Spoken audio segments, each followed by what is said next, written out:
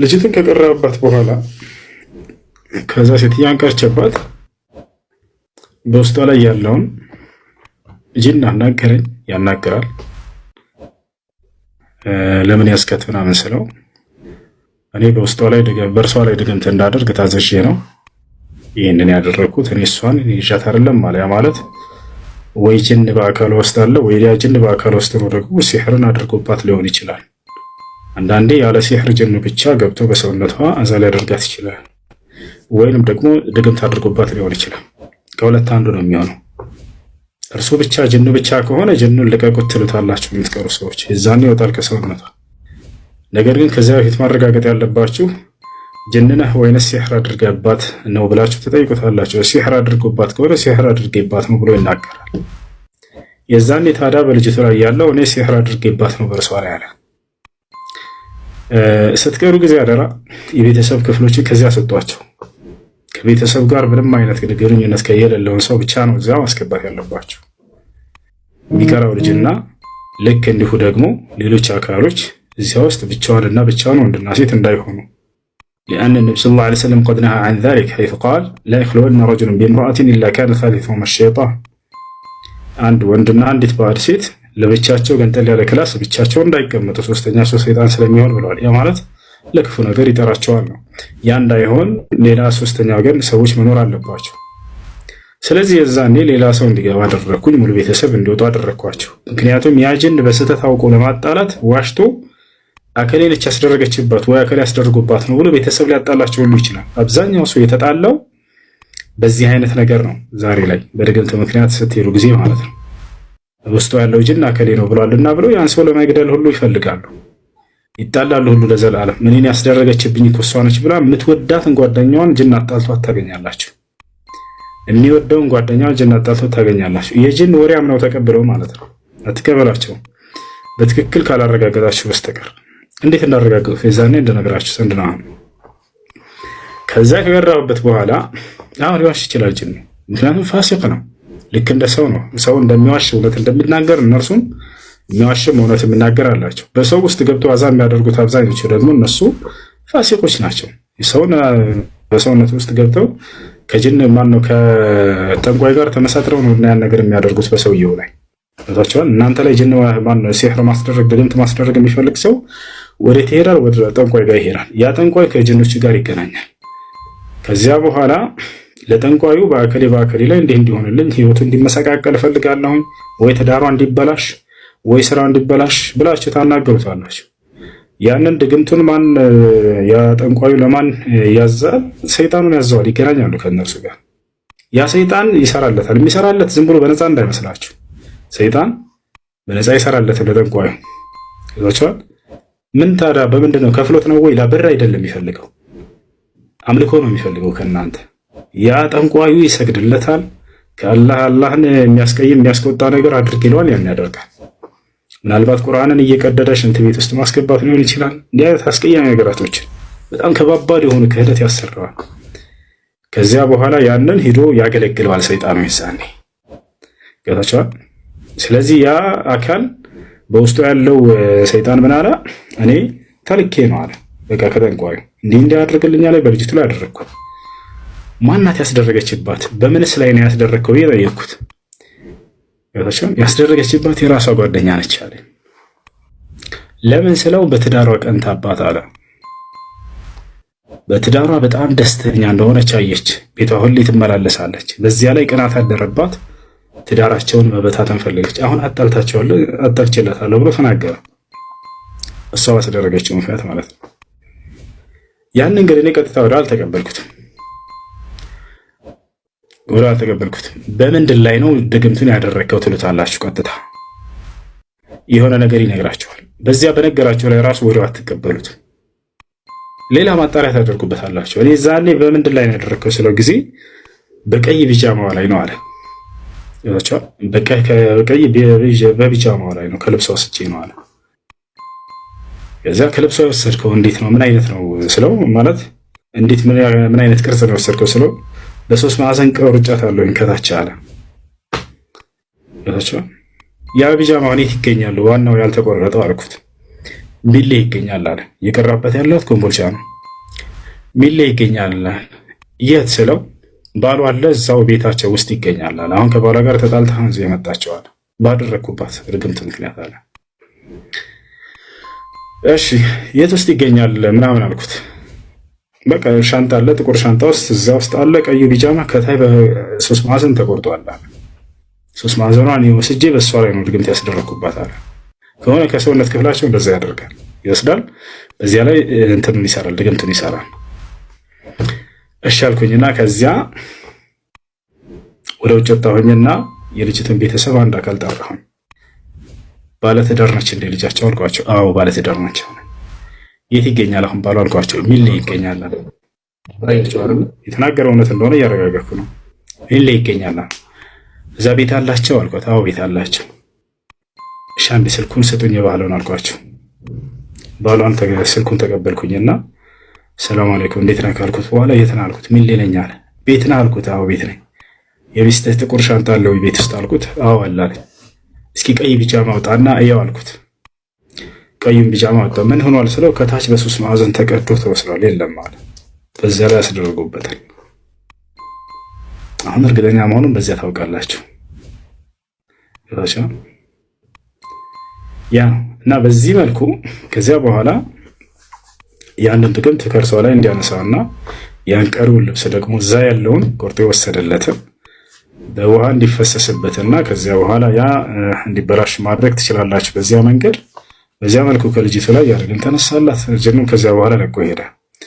እንደአጠቃላይ የጅኖችን ወሬ መቀበል አለብኝ ወይ ነው የልጅቱ ጥያቄ። በቀጥታ አትቀበላቸውም። لأنه فساق وأخبار الفساق لا تقبل إلا بعد تثبت وبينة لقوله سبحانه وتعالى يا أيها الذين آمنوا إن جاءكم فاسق بنبأ فتبينوا وفي قراءة فتثبتوا أما يعني هنا سوت يهون الوري زولا شو سيمتو ሳታረጋግጡ እንዳትቀበሉ ብሎ ተናግሯል አላህ። ባለማወቅ ሰዎችን እንዳትጎዱ ዘንድ አለ። እሺ ስለዚህ ሳታረጋግጡ መቀበል አይቻልም። ወደ የተናገረውን ተቀብላችሁ የተኮረፋችሁ ቤተሰብ ካላችሁ ታረቁ። እሺ ጥያቄ እንደቀጥል። ሰላም አለይኩም። ወአለይኩም ሰላም ወራህመቱላሂ ወበረካቱ። ቆጭ ጨረስክ በቃ አይደለም ወላሂ መሽ በቃ እኮ ይሄን እኮ አዋለቻል ቀደምተ በቃ ስለዚህ ከዓለማት መካከል ነው። ይሄን እኮ አልካድኩም ኢትዮጵያ ያለች ስለዚህ አልካድኩም። ግን በየወገናችሁ የተላከው ሰው ማን ነው? በቋንቋችን ሊያስተምረን የመጣው ማን ነው?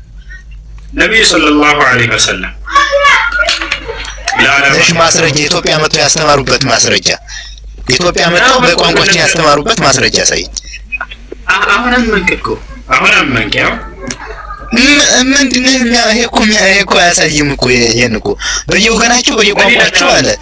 የኛ ቋንቋ ማን ያስተማረን? ቆያን ለዓለማት የተላከው ማን ነው? የዚህ ጋር ይላል አሁን ስሙ በየወገናቸው ይኸውልህ እሱ እኮ እኔ እኮ አልመቼው ዋሽው እሱን እኔ ልክ ነው ለዓለማት ይላል። አሁን መልሱን ደግሞ አዳምጥ። ለዓለማት እዝነት አድርጌ ላኩ ብሎ ማን ነው ስሙን የጠቀሰው እዚህ ጋር? ነብዩ መሐመድ ነው። ችግር የለውም። ይሄ ነብዩ መሐመድ እኮ አሁን እኮ አልመለስክልኝም እኮ አልመለስክልኝም። በየወገናቸው በየቋንቋቸው ማለት ማን ነው? ማን ነው በየወገናቸው በቋንቋችን የመጣ? ራስህ ጋር አስመለስክ። አዳም አንድ ነብይ ቃል የሚወርድለት እርሱ በሚናገርበት ቋንቋ ነው። አንድ ቤት አደረገው ማንጋ ነው አናተም አንድ ድምፅ አንድ ነብይ ቃል የሚወርድለት ለማን ነው? ያ ነብይ በሚናገርበት ቋንቋ ይወርድለታል። ከዚያ በኋላ ያ ነብይ ወዴት እንደሚላክ ይነገረዋል። በዚያ ቃል ላይ ለተናገሩት ሀገሮች ያደርሳል። የማድረስ ግዴታ አለበት። ያ ማለት ለምሳሌ እርሱ ላይ ሄድ ይችላል፣ ነገር ግን መልእክተኞችን ይልካቸዋል ወደዚህ ወጫል። ያ ከዚያ በኋላ ያ መልእክት እንዴት ይደርሳል ከተባለ በየሀገራቱ ይተረጎምላቸዋል፣ የቀን ይደርሳቸዋል። ታዲያ ወደ ኢትዮጵያ መጥተው የነበሩት ማናቸው ከተባለ በነብዩ ሰለላሁ ዐለይሂ ወሰለም ዘመን የነብዩ ሰለላሁ ዐለይሂ ወሰለም ሷሃቦች እርሳቸው መጥተው በኢትዮጵያ ላይ ለኢትዮጵያ ሰዎች እስልምናን አስተምሯቸው ሰብከዋቸው የኢትዮጵያው ንጉስ በጊዜ የነበረው ክርስቲያኖች፣ ቀሳውስቶች እንዳለ መነኩሴዎች አምነዋል፣ እስልምናን ተቀብለዋል። አሁን ደግሞ ለዚህ ማስረጃ ላሳየህ። እሺ ሙሳ ይተከለታል እስከ ማሳየህ ነው። ሀገራችን ላይ መጥተው እንዳስተማሩና እስልምና እንደተቀበሉ የኢትዮጵያ ቀሳውስቶችና መነኩሴዎች ቃል በቃል ቀሳውስትና መነኩሴዎች ሰልመዋል።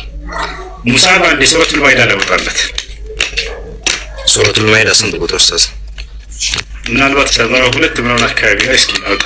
ለተጅደና አሸደ الناس የሚለውን አያ መርሐባሽ ለተጅደና አሸደ الناس عداوة للذين آمنوا اليهود والذين أشركوا ولتجدن أقربهم مودة للذين آمنوا الذين قالوا إنا نصارى የሚለውን ቀሳውስቶችና መነኩሴ ክርስቲያኖች እንዳመኑ የተነገረበትን አንቀጽ ማሳይ ትልቁ ያድርጉት።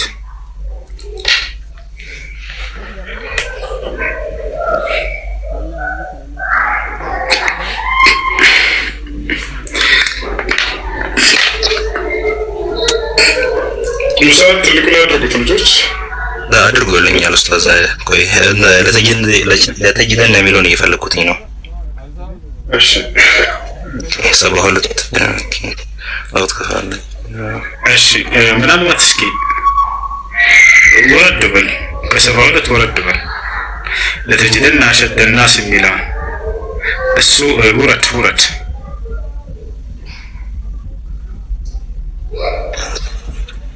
በቃ እሱ አሁን እዚህ ጋር አንብብለት ሂድ።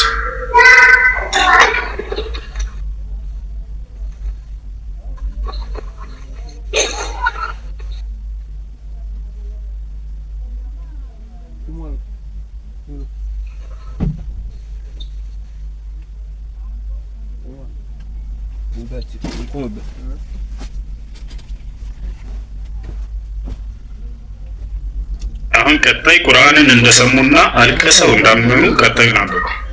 ቁርአንን በሰሙ ጊዜ ይላል ወደ መልእክተኛው የተወረደውን ቁርአንን በሰሙ ጊዜ እውነቱን በማወቃቸው የተነሳ አይኖቻቸው እንባን ሲያፈሱ ታያለህ። ከዚያስ ምን አሉ? ጌታችን ሆይ አሉ። እነዚያ ቀሳውስትና መነኩሴዎች አመንን። ያው አመኑ፣ ቁርአን ደርሷቸው መልእክት ደርሷቸው አመንን ከመስካሪዎች ጋር ጻፈን ይላሉ ማለት አየህ። ስለዚህ አምነዋል፣ ሰልመዋል እነዚያ ቀሳውስትና መነኩሴዎች። አይ እሺ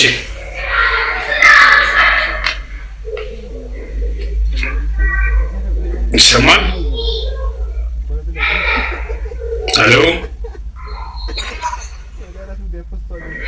ያውና እነዚያ ታላላቅ የኢትዮጵያ ቀሳውስትና መነኩሴ ቁርአንን ሲሰሙ አልቅሰው ነው የሰለሙት። ወላሂ ላይ አልቅሰው ማለት ነው።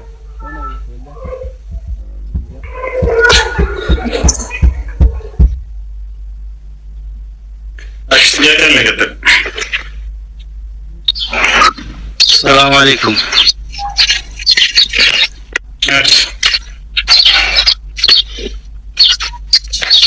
አለይኩም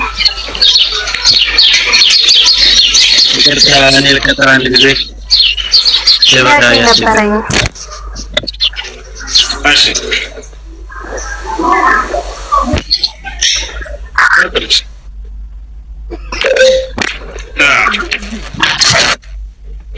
እሺ አንዴ አለ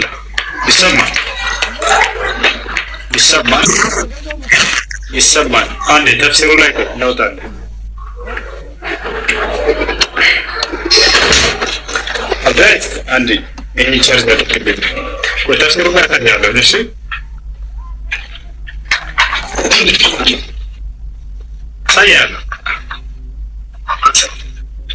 ታያለህ፣ ችግር የለውም። አንዴ ይሄንን ቻርጅ ወጣ ነው እናውጣለን። ታገስ አንድ 5 ቻርጅ አድርግልኝ በይው። እሺ አይ እሺ እንትን መስጠት ያለሽ ማለሽ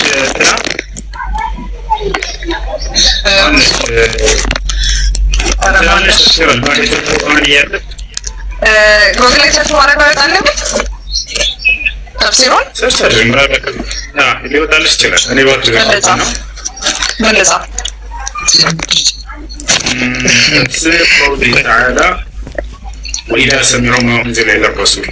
አሁን ቆይ ለምሳሌ ተፍሲር አሁን እኮ የሚተረጉመው ሰው እንደመሰለው ነው። ለምሳሌ እንዴት ነው የምንረዳው? የተጠቀሰ ነገር የለም።